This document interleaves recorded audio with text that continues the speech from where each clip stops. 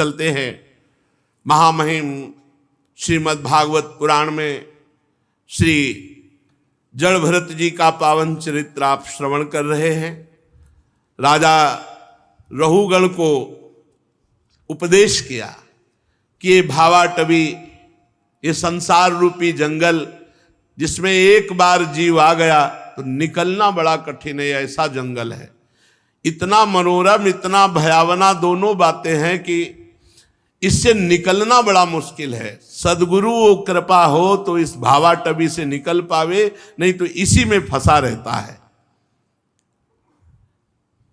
ये कभी धन की खोज में अपने अविष्ट भोगों को भोगने के लिए चोरी शुरू कर देता है, बुरे उपाय से ये चोरी करके धन कमाता है। और एक बात ध्यान रखे, पापाचरण से किया हुआ धन पूरे परिवार को दुख और अशांति प्रदान करके नष्ट हो जाता है। चाहे घूस का धन हो, चाहे चोरी का धन हो, बेईमानी का धन हो, अधर्म का धन हो, कभी सुखी नहीं हो सकते कोई भी हो। जब वो धन आएगा तो तुम्हारे परिवार की पहले बुद्धि भ्रष्ट करेगा, स्वास्थ्य खराब करेगा, फिर नष्ट कर देगा। तो इस भावाटवी संसार में सुख भोगने की इच्छा से, धन की लालसा से, जब सही ढंग से धन नहीं मिलता तो गलत ढंग से लोग धन कमाने लगते हैं, चोरी आदि बुरे उपायों से। जहां तहां अपमानित भी होना पड़ता है, पर वो अपमान की परवाह न करके वैर भाव बढ़ा करके बस अपनी वासनाओं की पूर्ति में पूरा जीवन बर्बाद कर देता है। हे रहुगण, इस संसार मार्ग में चलने वाला जीव ये अनेक प्रकार के क्लेश और विघ्न बाधाओं से बाधित होने पर भी इसको भगवान की याद नहीं आती। बस कैसे भोग मिले, कैसे परिवार का पोषण हो, कैसे धन मिले। अगर कोई परिवार में मर जाता है तो उसका संस्कार कर दिया और नयों के साथ आसक्ति जोड़ लेता है। जो नए जन्मे, नए रिश्ते, उनमें आसक्ति जोड़ लेता है। कभी कभी बिछुड़ने के भाव से बिछुड़ने वालों के लिए बड़ा दुख, शोक, रोता है। कभी अनुकूल बात बन गई, नाचता है, गाता है, प्रसन्नता मनाता है। पूरा जीवन इसी शोक में, हर्ष में, भोग में, धन में, पारिवारिक जनों में ऐसे व्यतीत कर देता, उसे भगवान की याद नहीं आती कि मैं गर्भ में वादा करके आया हूं कि अब की बार भजन ऐसा करूंगा कि दोबारा गर्भ में ना पड़े। अगर कभी सौभाग्य से इसे साधुजनों का संग मिल जाए तो ये उनसे वंचित रहता है, वहां भी दोष दर्शन करता है, उनकी बात नहीं मानता है। ये निरंतर संसार मार्ग में आगे बढ़ता रहता है। हे राजन, जहां से इसकी यात्रा आरंभ हुई थी वो आज तक वहां नहीं पहुंच पाया, आगे ही बढ़ता चला जा रहा है। अभी तक ये नहीं लौटा। यात्रा कहां से शुरू हुई थी? परमात्मा से। परमात्मा से भोग की तरफ यात्रा हुई, आज तक परमात्मा की तरफ नहीं लौट पाए। जिन्होंने सब वासनाओं का त्याग कर दिया, वह निवृत्ति प्राण संयत आत्मा मुनिजन ही लौट पाते हैं परमात्मा तक। चाहे कोई बड़े बड़े यज्ञों का अनुष्ठान कर ले, हे राजर्ष, परमात्मा तक गति नहीं हो सकती। चाहे संग्राम भूमि में युद्ध करके, प्राण परित्याग करके, ये मैं, ये मेरी, ऐसे अभिमान, इनको भी परमात्मा की प्राप्ति नहीं होती। लोक लोकांतर के सुख भले मिल जाएं, इसलिए जो संसार से पार होना चाहते हैं वे अपने पाप और पुण्य कर्म दोनों को भस्म कर दें और निरंतर भजन करते हुए भगवान को प्राप्त करें। परमात्मा की प्राप्ति का उपाय पुण्य और पाप दोनों भस्म हो जाएं। शरण निरापक पद रमित सकल अशुभ शुभ नंस और देत सहज निश्चल भगत सु जय जय श्री हरिवंश। संसार मार्ग में भटकते हुए प्राणी को यदि साधु संग मिल जाए और भजन में लग जाए तो जहां से चला था वहीं अपने घर लौट जाए। ये परम धाम हमारा घर है, प्रिया प्रीतम हमारे घर वाले हैं। अगर हम प्रिया प्रीतम तक नहीं पहुंचे तो फिर अन्य योनियों में हमारे को ऐसा साधन करने को नहीं मिलेगा। महाराज जड़ भरत जी के उपदेश से अज्ञान की ग्रंथि का भेदन हुआ रहुगण का, और वो परम पद को प्राप्त हुआ। राजर्षि भरत के विषय में ज्ञानी जन ऐसा कहते हैं कि जैसे गरुण जी की होड़ कोई मक्खी नहीं कर सकती, ऐसे महात्मा भरत जी की होड़ कोई राजा मन से भी नहीं कर सकता।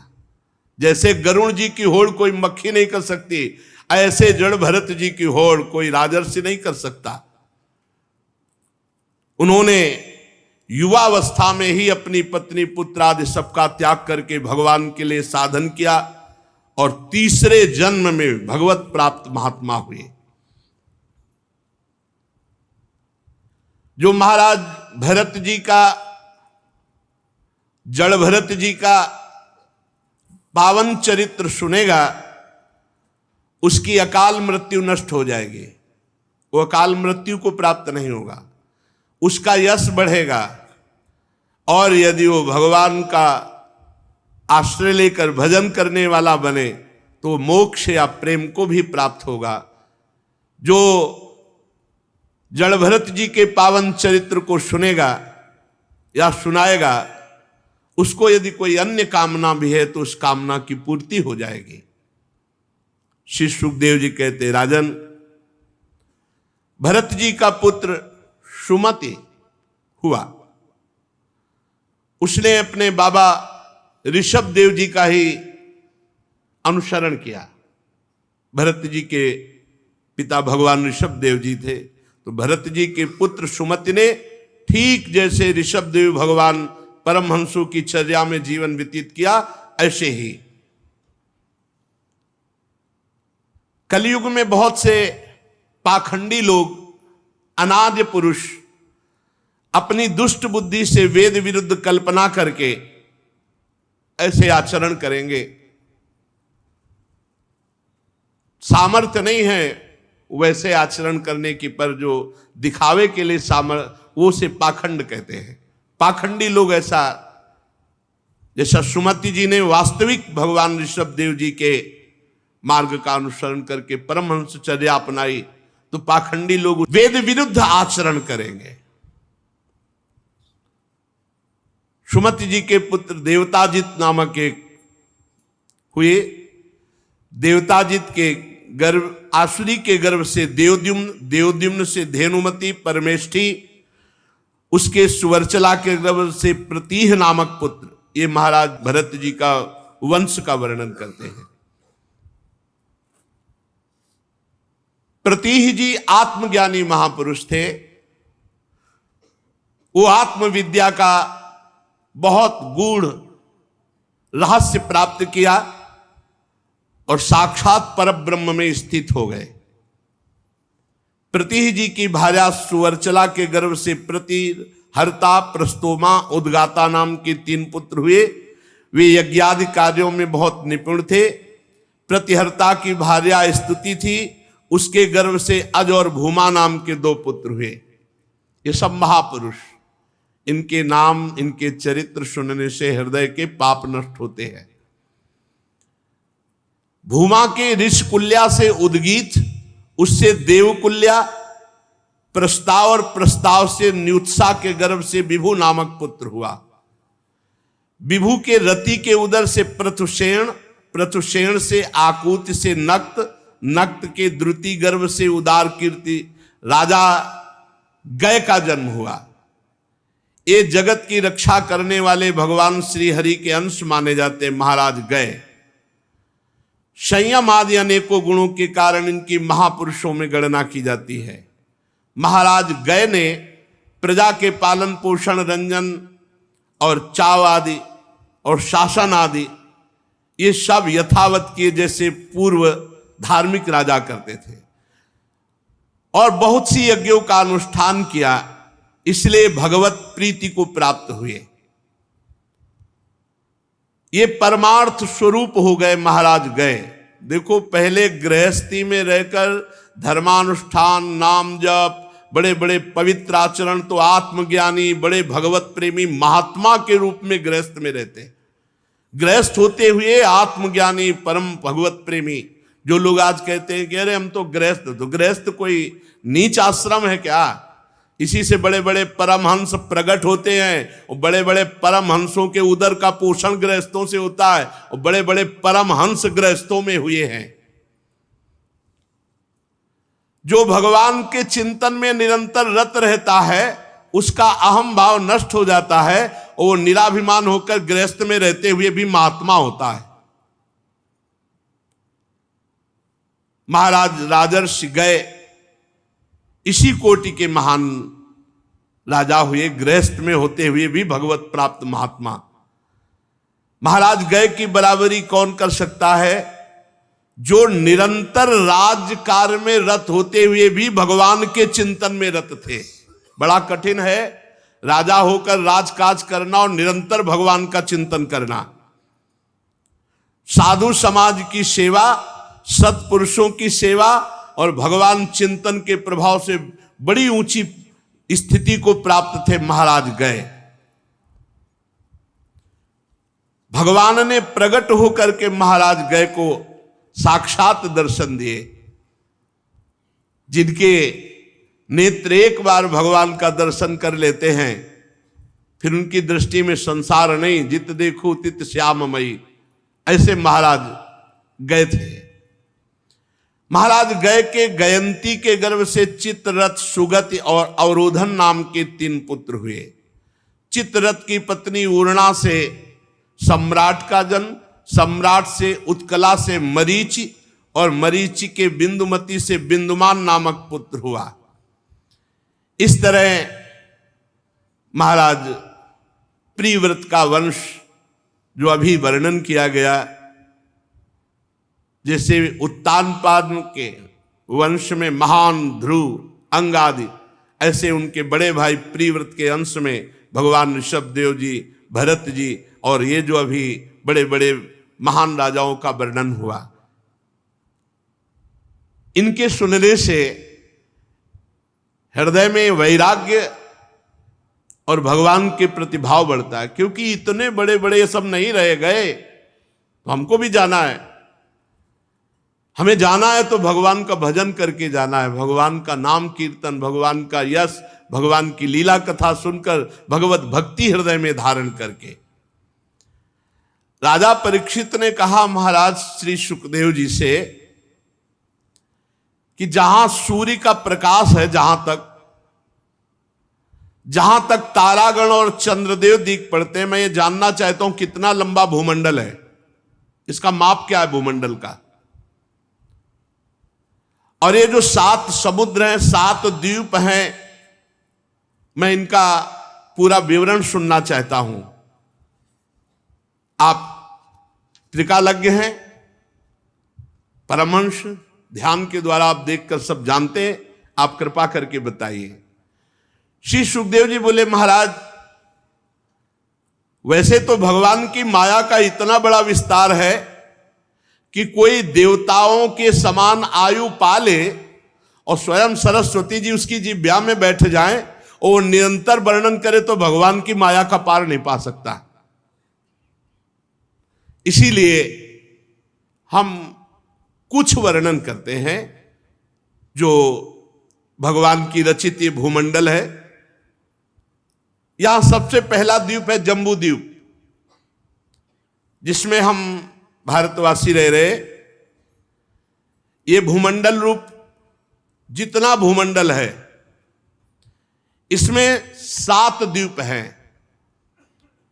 उनका ये भीतरी कोश है जम्बू द्वीप। ये 1,00,000 योजन गोलाकार है जम्बू द्वीप। जम्बू द्वीप गोलाकार है और 1,00,000 योजन का है। 1 योजन 4 कोस, 1,00,000 योजन का मतलब 4,00,000 कोस। 4,00,000 कोस का मतलब कितने किलोमीटर? 12,00,000 किलोमीटर का जम्बू द्वीप है। तो क्या और देश ये सब जम्बू द्वीप में आ जाएंगे? 1,00,000 योजन का ये जम्बू द्वीप है। हाँ, इसमें 9,000 योजन विस्तार वाले 9 वर्ष है, 9 देशों में बटा हुआ है। 8 पर्वत हैं। इसमें बीचों बीच इलाव्रत नाम का 10वां वर्ष है। इसके मध्य में सुमेरु पर्वत है, जो पूरा का पूरा सोने का है। ये ऐसी जगह होगा जहां दैवी शक्ति सिद्ध पुरुष जा सकते हैं या देवता। ये ऊपर से नीचे तक सबका सब स्वर्ण का है। 1,00,000 योजन चौड़ा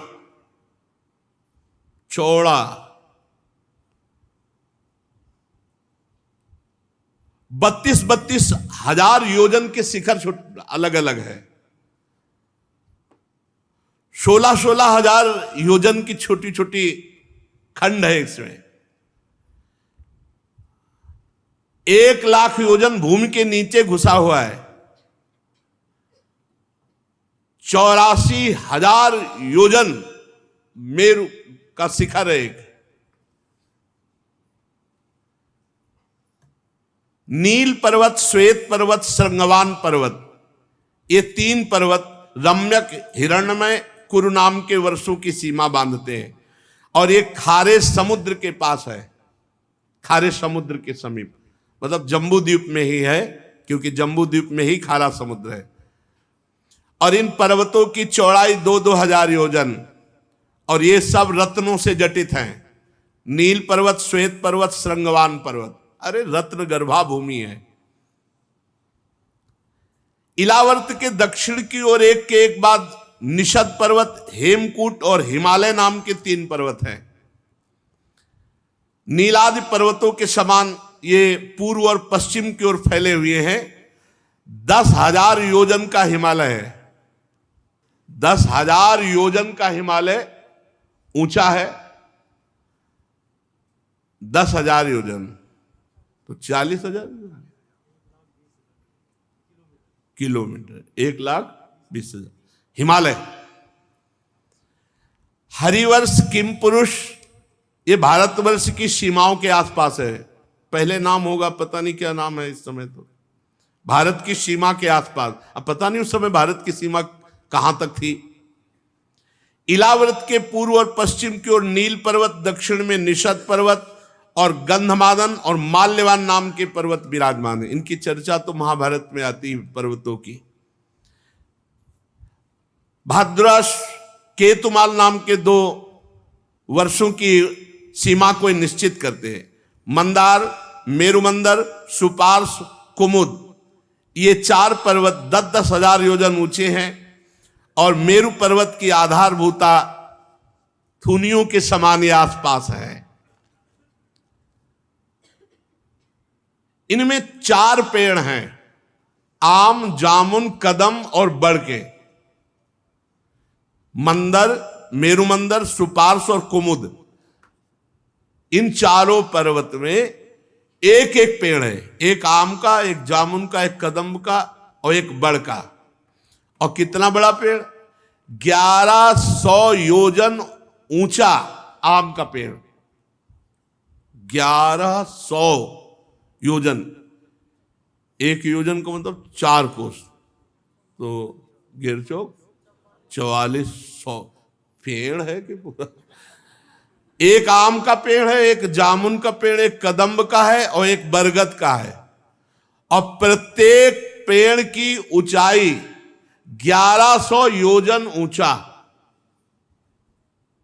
मतलब 1100 मतलब घेर चौको 4400 नहीं, 1100 तो 4400 और 4400 के किलोमीटर अगर गिने जाए, आए आप बताओ, इतनी बड़ा पेड़ है तो फिर। और 11,000 योजन ऊंची शाखाएं हैं और मोटाई 100 योजन की है। 100 योजन की मोटाई। और इनसे धाराएं गिरती रहती है, दूध की, शहद की, ईख के रस की और शरबत की, मीठे जल की। इन चारों पेड़ों से दूध की और मधु की और ईख के रस की, मीठे के जल की। पापी पुरुष थोड़ी जाते होंगे या तो सब दिव्यात्मा जाते। इन वृक्षों से नदियां बहती हैं, ऐसी धारा निकल रही, दूध की धारा, शहद की धारा, ईख की धारा, मीठे जल की धारा। हाँ देखो लिखा है, इनका सेवन केवल देवता, सिद्ध पुरुष और यक्ष यही कर सकते, मनुष्य नहीं। मनुष्य के भाग्य में नहीं है, ये है देवता, सिद्ध, यक्ष। नंदन, चैत्ररथ, वैभ्राजक, सर्वतोभद्र नाम के 4 दिव्य उपवन भी हैं। यहां केवल देवताओं का प्रवेश होता है, अप्सराओं का प्रवेश होता है। मंदराचल की गोद में जो आम का वृक्ष है वो 1100 योजन ऊंचा, 100 योजन मोटा और उसके शिखर के समान आम के फल, और उसका स्वाद अमृत, जो उसको चखे तो अमर हो जाए, ऐसा फल आम का। जब वो फटता है तो मीठा मीठा लाल रस इतना निकलता है कि अरुणोदा नाम की नदी बहती है, आम के रस की, अरुणोदा नाम की नदी। मीठे मीठे फल गिरते हैं, कितने? बोले शिखर के समान बड़े बड़े, फट फट करके उनसे नदी मंदराचल के शिखर से गिरते हैं। और ये वो नदी बहती है, इसमें केवल पार्वती जी और पार्वती जी की सखियां वही स्नान करती है इस आम के रस में। हाँ तभी तो कहां पहुंच पाओगे।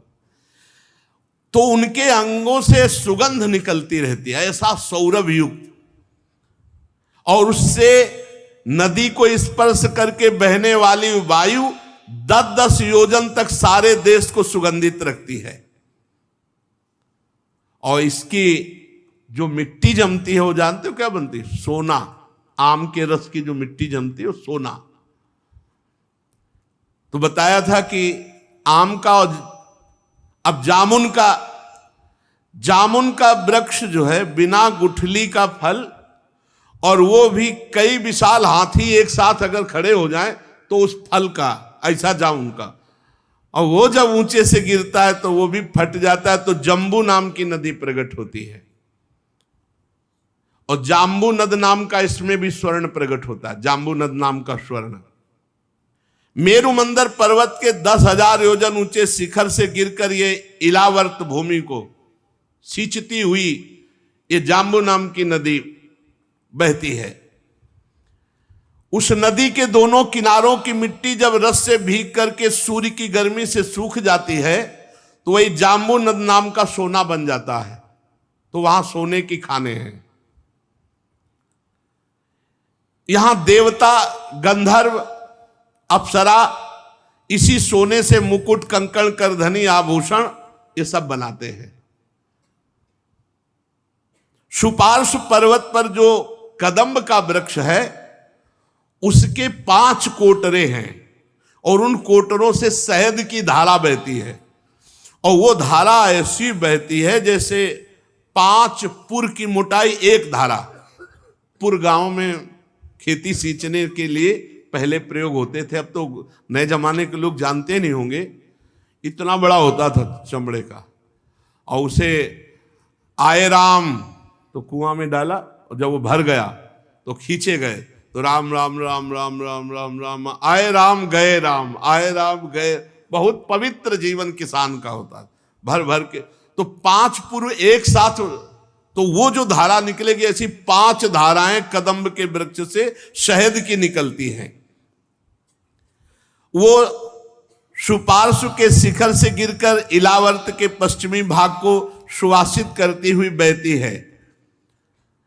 और इसमें इनके आसपास जो लोग रहते हैं वो मधुपान करते हैं, शहद पान करते हैं। तो जहां शास्त्रों में मधुपान आया लोग उसे समझ नहीं पाते। मधुपान का मतलब है शहद, और लोग उसे मधुशाला से जोड़ते हैं। जैसे लिखा है, अंबाजी कह रहे हैं शुम्भ निशुम्भ से, जब तक मैं मधुपान कर रही हूं ऐ दुष्ट तब तक तू गरज ले, और जहां मैं मधुपान कर चुकी इसके बाद तू एक शब्द नहीं बोल पाएगा। तो उस समय मधुपान, मधु ये शहद, जहां जहां मधु की बात आती है तो लोग उसे जोड़ते हैं मधुशाला, मतलब शराब से, निकृष्ट बुद्धि। मधुपान मतलब शहद पान करना। उनके मुख से निकली हुई वायु चारों ओर सुगंध फैलाती है।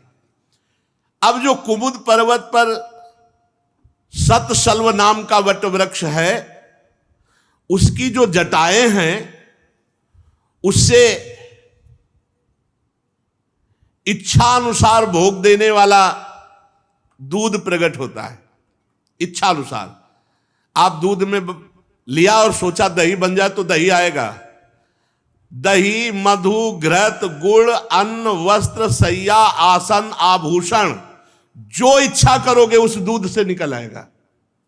दूध ऐसा है कि दही, मधु, घृत, गुड़, अन्न, वस्त्र, सैया, आसन, आभूषण, सब पदार्थ ये सब मायाकृत है। हम तुम वृंदावन वासी हैं, जहां जिनकी माया से ये प्रकट हुआ है उन प्रभु के नजदीक सौभाग्य हम लोगों के जोरदार है, उनके नहीं जोरदार। वो ये सब खा पी के भी मरेंगे, हम श्री जी के पास जाएंगे। इनके दिए हुए पदार्थों को जो पाता है, सुनो, झुर्रियां नहीं पड़ती, बाल नहीं पकते, पसीना नहीं आता, थकान नहीं होती, दुर्गंध नहीं शरीर में बनता, बुढ़ापा नहीं आता, रोग नहीं होती, सर्दी गर्मी पीड़ा ये नहीं, रोज नई कांति चेहरे की, अंग में कभी पीड़ा नहीं होगी, कष्ट नहीं सताएगा, पूरा जीवन सुखमय जाएगा। जो इन नदियों के किनारे, हाँ यही है, मृत्यु लोक में है, पर मरेंगे तो है ही है, मृत्यु लोक है। राजन, कमल कर्णिका के चारों ओर जैसे केसर होता है, ऐसे मेरू के मूल देश में कुरंग, कुरर, कुसुम, वैकंठ, त्रिकूट पर्वत, शिशिर, पतंग, रुचक, निषद, श्रीनिवास, कपिल, शंख, वैदूर्य, जारुद, हंस, ऋषभ, नाग, कालंजर पर्वत और नारद, ये 20 पर्वत सुमेर पर्वत के आसपास है। इसके सिवा जठर और देवकूट नाम के 2 पर्वत और हैं जो 18 हजार योजन लंबे हैं। ये सब स्वर्णगिरी मेरु पर्वत के आसपास, इनके बीच में सुमेरु पर्वत जगमगाता है, और सुमेरु के शिखर पर ब्रह्मा जी की बैठक है। ब्रह्मा जी की बैठक है, ऑफिस, ब्रह्मा जी बैठते सुमेरु के शिखर पर। चारों ओर सुमेरु के शिखर पर करोड़ योजन विस्तार वाली ब्रह्मा जी की बैठक है। करोड़ योजन, 1 करोड़ योजन के विस्तार वाली सुमेरु पर्वत पर ब्रह्मा जी की बैठक है। फिर उसके नीचे इंद्र की बैठक है, फिर उसके नीचे 8 लोकपालों की बैठक है। इस तरह से सुमेरु में इन बड़े बड़े महापुरुषों की बैठक है। जब राजा बलि की यज्ञशाला में भगवान वामन रूप लेके गए, त्रिलोकी को नापा, तो अपना एक श्री चरण इतना बढ़ाया कि ब्रह्मलोक पहुंच गया। तो ब्रह्मा जी ने भगवान के उस बाएं पैर के अंगूठे के नख से जो ब्रह्मांड कटाह का ऊपरी भाग फट गया था, तो उससे ब्रह्मांड के बाहर जलधारा आने लगी। उस जलधारा से श्री भगवान के चरण धोए, तो उस निर्मल धारा का स्पर्श भगवान के चरणों से हुआ, तो उनका नाम पड़ा भगवतपदी। उस समय भगवतपदी, और वो हजारों युग वही स्थित रहे। हजारों युग व्यतीत हो गए, वहीं स्थित रहे, तब तक उनका नाम भगवतपदी था। फिर वो जब ध्रुवलोक में उतरी, तो विष्णुपदी के नाम से कहेंगे।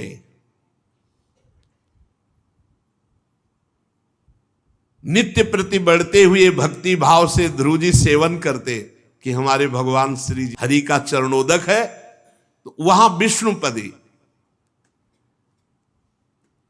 अत्यंत गदगद कंठ से रोज रोमांचित होकर ध्रुव जी विष्णुपदी जी का सेवन करते। आत्मनिष्ठ सप्त ऋषिगण ध्रुव जी की परिक्रमा लगाते हैं और अपनी तपस्या की सिद्धि मानकर आदर पूर्वक जटाजूट सहित इन्हीं विष्णुपदी में स्नान करते। निष्काम हृदय, भगवान की प्रेम भक्ति बढ़ाने वाली, वैराग्य सुदृढ़ करने वाली, आत्मज्ञान प्रदान करने वाली ये विष्णुपदी जी वहां से करोड़ों विमानों को तितर वितर करती हुई, चंद्रमंडल को आप्लावित करती हुई मेरु के शिखर पर जब ब्रह्मा जी की पुरी में आई तब उनका नाम गंगा हुआ। पहले भगवतपदी, फिर विष्णुपदी, और फिर जब ब्रह्मलोक में आई तब गंगा हुआ। और ये 4 भागों में विभक्त हो गई। सीता, अलकनंदा, चक्षु और भद्रा, गंगा जी 4 नामों से ब्रह्मलोक में विभक्त हो गई। सीता नदी, अलकनंदा नदी, चक्षु नदी और भद्रा नदी 4 दिशाओं में बहने लगी। सीता ब्रह्मपुरी से गिरकर केसराचलों के सर्वोच्च शिखरों पर होकर नीचे की ओर बहती हुई गंधमादन के शिखरों पर गिरती हुई भद्रासवर्ष को प्लावित करती हुई खारे समुद्र में जा मिली। इसी प्रकार चक्षु माल्यवान के शिखर पर पहुंचकर वहां से बेरोक टोक केतुमाल वर्ष में बहती हुई पश्चिम में जाकर समुद्र में जा मिली। मेरु पर्वत के शिखर पर उत्तर की ओर गिरती हुई पर्वत से दूसरे पर्वत पर जाती हुई श्रृंगवान शिखर से गिरकर उत्तर कुरुदेश में उत्तर के समुद्र में जाकर के भद्रा जी मिल गई। अलकनंदा जी ब्रह्मपुरी से दक्षिण की ओर गिरकर गिर शिखरों को लांघती हुई हेमकूट पर्वत पर पहुंची और वहां हिमालय के शिखर पर विराजमान हुई। भारतवर्ष में प्रवाहित होती हुई फिर जाकर के मिली। जो भारतवर्ष में प्रवाहित हुई गंगा जी, इनके स्नान मात्र से अज्ञान का नाश, पाप का नाश होकर और एक एक गोते में अश्वमेध यज्ञ, राजस्व यज्ञ का फल प्राप्त होता है। भारतवर्ष सबसे श्रेष्ठ इसीलिए कर्म भूमि है क्योंकि जहां गंगा जी प्रवाहित हो रही है। 8 वर्ष तो स्वर्गवासी पुरुषों के बचे हुए भोग भूमि है, केवल भारतवर्ष ही कर्म भूमि है। जो और वर्ष है ये भोग भूमि है, केवल भारतवर्ष कर्म भूमि है। देवतुल मनुष्य भोग केवल भोग रहे हैं अन्य देशों में, यहां केवल कर्म भूमि, इसीलिए भारत महान। गंगा जी ब्रह्मलोक से भगीरथ जी की पावन तपस्या के द्वारा भूतल पर आए। अगर भगीरथ जी तपस्या ना करते तो गंगा जी ब्रह्मलोक में ही स्थित रहती। उन्हीं की भारी तपस्या से भगवान महादेव जी ने प्रसन्न होकर अपनी जटाओं में रोका और जटाओं से फिर गंगा जी हमारे इस भारत देश में प्रवाहित हुई। बड़ा पावन देश है जहां गंगा यमुना, यार अपना काम बना लो इस जन्म में, खूब अच्छे आचरण करो, नाम जप करो, सत्संग सुनो, मन की जो गलत वृत्तियां हैं उनका आंतरिक विरोध करो। नहीं भाई, मुझे बहुत जन्म व्यतीत हो गए तेरी सलाह से कार्य करते हुए, अब तो हम हरि गुरु की आज्ञा में चले। और नाम जप करोगे तो आपको बल मिलेगा मन से लड़ने का, और इसी जन्म में मंगल मूड में भगवान की प्राप्ति कर लो। बहुत सुंदर पावन देश में जन्म हुआ जहाँ गंगा यमुना, जहाँ एक से एक परमहंस, एक से एक भगवत प्रेमी महात्मा। अब हमारा मानव जन्म व्यर्थ ना जाना चाहिए। खूब राधा राधा नाम जप करो, अपने आचरणों को पवित्र रखो। शेष चर्चा आगे। श्री राधा वल्लभ लाल की।